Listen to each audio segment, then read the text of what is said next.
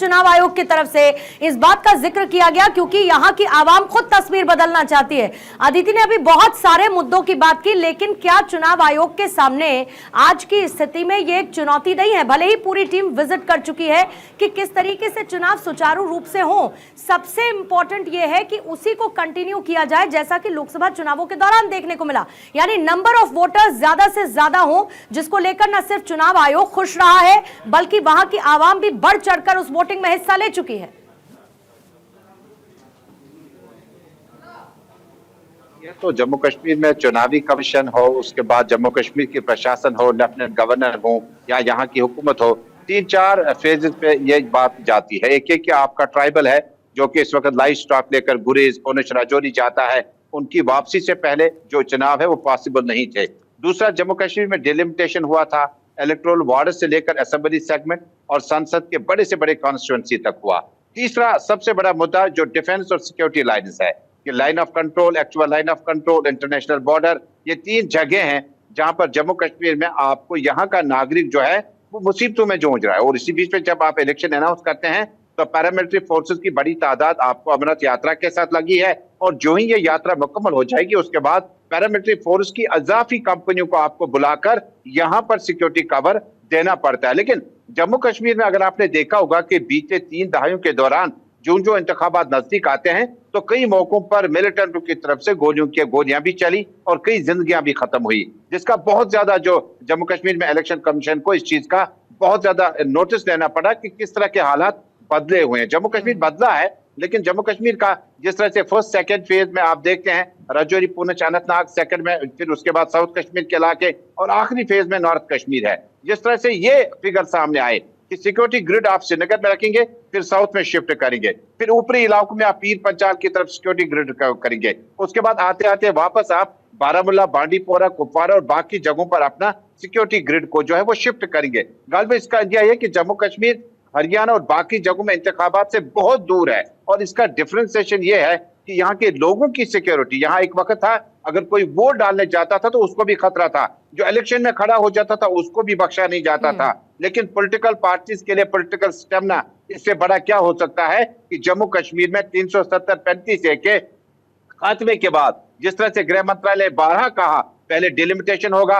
उसके बाद चुनाव होगा, उसके बाद स्टेटहुड की वापसी भी हो सकती है। यानी ये तीनों चीजें जो है आज जम्मू कश्मीर में जिस तरह से सितंबर के महीने 1 अक्टूबर तक इलेक्शन मुकम्मल हो जाएंगे, भले ही इसमें 10 साल लगे, लेकिन 10 सालों के दौरान जम्मू कश्मीर में परिसीमन ने अपना काम मुकम्मल किया। जम्मू कश्मीर में रिऑर्गेनाइजेशन एक्ट थे, जम्मू कश्मीर में बहुत सारे मामला थे जिनको सेंटर अपने ऑब्जेक्टिव से देखना चाहता था। अब जम्मू कश्मीर आने वाले वक्तों में परिसीमन के बाद 370 के दायरा के बाद पहली बार चुनाव में जाएगा, regional parties versus national parties directly यहाँ पे कंटेस्ट होगा। ठीक है, बिल्कुल। बीजेपी की स्ट्रैटेजी क्या आती थी वो भी समझूंगी, लेकिन उससे पहले थानेश्वर आपके पास आते हैं, फिर उसके बाद केशव मैं आपके पास आऊंगी। थानेश्वर, जल्दी से हरियाणा के चुनावी समीकरण, पार्टीज की पूरी तैयारी, पिछले कुछ समय में बदलती हुई रणनीति, लोकसभा चुनावों में नतीजों का इंपैक्ट, जरा इन सबको सम अप करते हुए आज हुई तारीखों के ऐलान के साथ जोड़ दीजिए।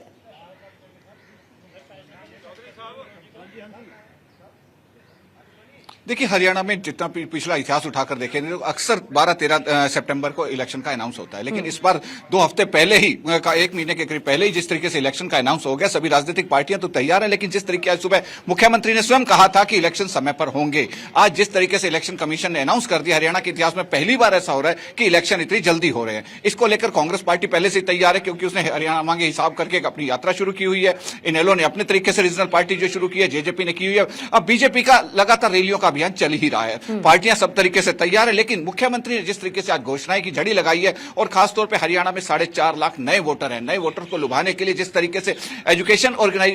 इंस्टीट्यूट से उसके घर तक का जो ट्रांसपोर्टेशन होता था, पहले उसकी चार्जेस लगते थे, 6 हफ्तों की उसे टिकट के पैसे लिए जाते थे अपना 3 महीने के पास के लिए, अब वो भी फ्री कर दिया गया है। इसलिए युवाओं के लिए कई तरह की घोषणाएं की, आज किसानों के लिए घोषणाएं की। इससे सुबह ही थोड़ा अनुमान हो गया था कि शायद ऐसा हो सकता है, लेकिन कल सुबह पहले कल कैबिनेट की मीटिंग होने वाली थी, कैबिनेट की मीटिंग का टाइम 11 बजे था, फिर 10 बजे किया गया, फिर 9 बजे किया गया, अब वो भी डिले हो गया। जिस तरीके से आज इलेक्शन कमीशन ने तैयारियां की हैं, घोषणा कर दी है, राजनीतिक पार्टियां तकरीबन तैयार है, लेकिन यहां बीजेपी को खास तौर से कड़ी मेहनत करनी होगी, क्योंकि जिस तरीके से लोकसभा चुनाव में 10 की 10 सीटों पर बीजेपी का कब्जा था, लेकिन 5 सीटें उसके खाते में आई। उसके बाद बीजेपी ने जो स्ट्रेटेजी अपनाई, उसके बाद एक के बाद एक घोषणाएं की, सभी जो 36 बिरादरी उनको समअप करने का प्रयास किया, सबकी जो जरूरतें थी उनको पूरा करने का प्रयास किया। हालांकि उससे बीजेपी का ग्राफ काफी ऊंचा आया है, लेकिन बीजेपी को अभी भी कांग्रेस से काफी सामने चुनौतियों का सामना करना पड़ेगा, क्योंकि कांग्रेस पार्टी ने जिस तरीके से भूपेंद्र हुड्डा को फ्री हैंड दिया हुआ है। लोकसभा चुनाव की अगर बात करें तो लोकसभा चुनाव में जो टिकटों का अनाउंसमेंट हुआ था, वो सीधा सीधा भूपेंद्र हुड्डा की अपनी मर्जी से ही हुआ था। उन्होंने जिसको उन्होंने कहा था उसको टिकट दिए गए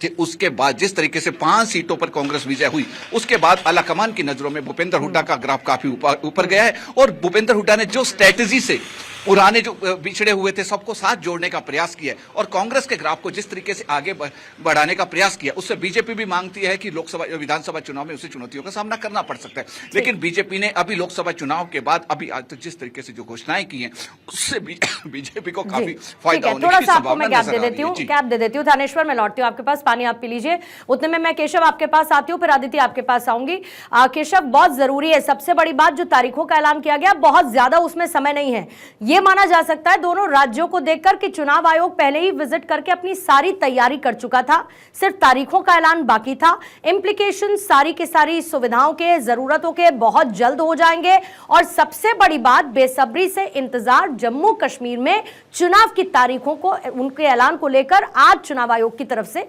देखने को मिला है, लेकिन समय बहुत कम है।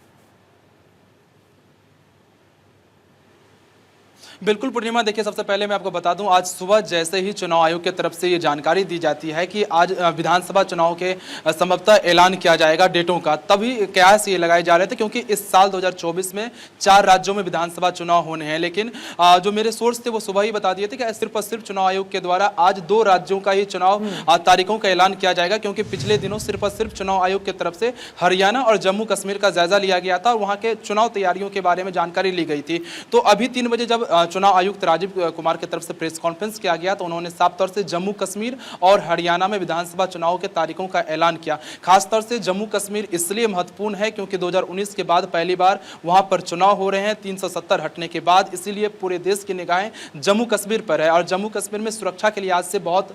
खास है, इसलिए वहां पर चुनाव कराना भी चुनाव आयोग के लिए भी एक चुनौतीपूर्ण कार्य है। लेकिन चुनाव आयुक्त राजीव कुमार की तरफ से साफ तौर से कहा गया है कि उनकी तरफ से पूरी तैयारी कर ली गई है और 3 फेज में जम्मू कश्मीर में जो है वो चुनाव कराए जाएंगे। यानी कि फर्स्ट फेज का जो मतदान है जम्मू कश्मीर में वो 18 सितंबर को होगा, दूसरे फेज का जो मतदान है वो 25 सितंबर को और 1 अक्टूबर को तीसरे फेज का चुनाव होगा। साथ ही हरियाणा के सभी 90 सीटों पर जो विधानसभा चुनाव है वो 1 अक्टूबर को होगा, जिस दिन तीसरे फेज का चुनाव जम्मू कश्मीर में कराए जाएंगे और 4 अक्टूबर को दोनों राज्यों का जो चुनाव परिणाम है वो घोषित कर दिया जाएगा। यहाँ पर एक खास बात और है पूर्णिमा की,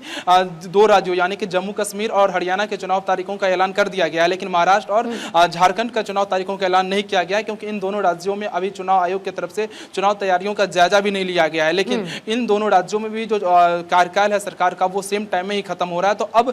जल्द ही चुनाव आयोग की तरफ से झारखंड और महाराष्ट्र का भी दौरा किया जाएगा और उसके बाद फिर इन दोनों राज्यों के चुनाव तारीखों का ऐलान किया जाएगा। लेकिन सबसे खास बात एक और है कि 370 हटने के बाद जम्मू कश्मीर में परिसीमन हुआ था, लेकिन वहां पर विधानसभा की जो सीट है वो 90 ही है। आपको याद होगा 2019 में भी 90 थी, हालांकि उस वक्त जो लद्दाख है वो जम्मू कश्मीर के साथ था, लेकिन इस वक्त लद्दाख जम्मू कश्मीर के साथ नहीं है और जम्मू कश्मीर एक केंद्र शासित प्रदेश बन चुका है। इसके बाद परिसीमन के बाद आप कह सकते हैं 3 सीटों की इजाफा जम्मू कश्मीर में हुई है और 90 सीटों पर विधानसभा चुनाव कराए जाएंगे 2024 में जम्मू कश्मीर में और 3 फेज में वहां पर चुनाव होंगे। साफ तौर से चुनाव आयोग की तरफ से एक खास बात और कहा गया है कि सभी पॉलिटिकल पार्टी के जो उम्मीदवार होंगे उनको इक्वल सुरक्षा मुहैया कराया जाएगा, यानी कि उनको पूरी सेफ्टी दी जाएगी और निर्भीक होकर वो चुनाव मैदान में चुनाव लड़ने के लिए जा सकते हैं। चलिए, मच अवेटेड, लेकिन जम्मू और कश्मीर, हरियाणा के लिए चुनावी तारीखों का ऐलान हो चुका है।